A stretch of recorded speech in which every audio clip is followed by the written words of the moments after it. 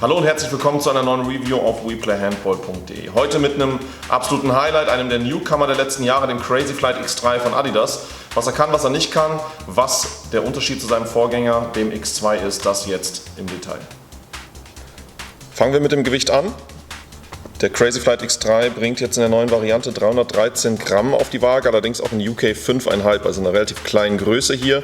Bei uns in der Review wird er natürlich schwerer, je größer der Schuh ist. Wir schauen uns an, was sich getan hat.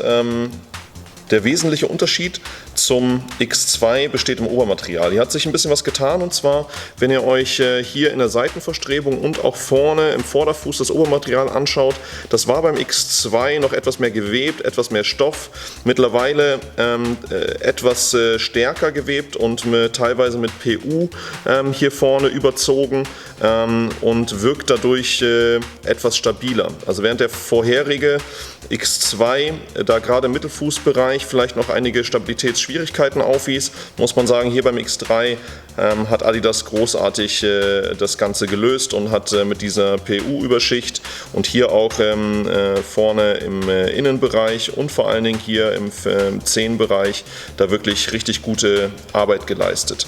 Es hat sich in der Mittelfußkonstruktion wenig getan, auch da ist der Schuh nach wie vor stabil für einen Volleyballschuh.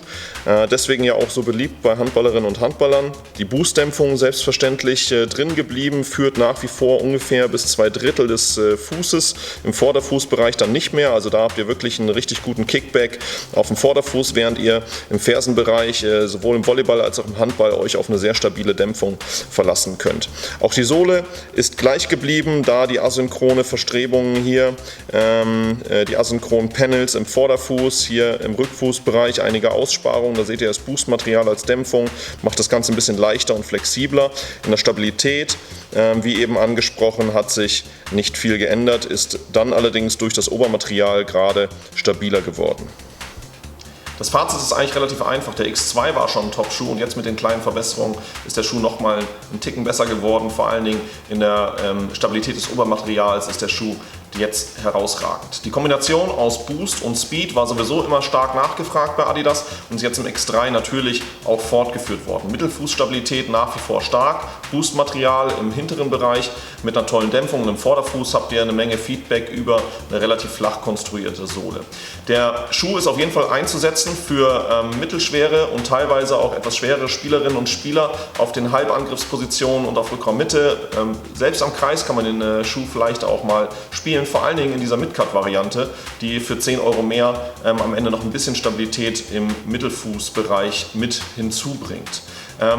Der Schuh fällt relativ schmal aus, auch in der Länge müsst ihr ein bisschen aufpassen, etwas kürzer, als ihr es von euren Adidas Schuhen gewohnt seid, deswegen beachtet das auch beim Kauf. Wenn ihr Fragen habt und Meinungen habt, gerne auf unserer Facebook-Seite, hier im YouTube-Channel, auf Instagram oder natürlich in unserem Online-Shop WePlayHandball.de. Wir freuen uns auf eure Meinung, bis zum nächsten Mal.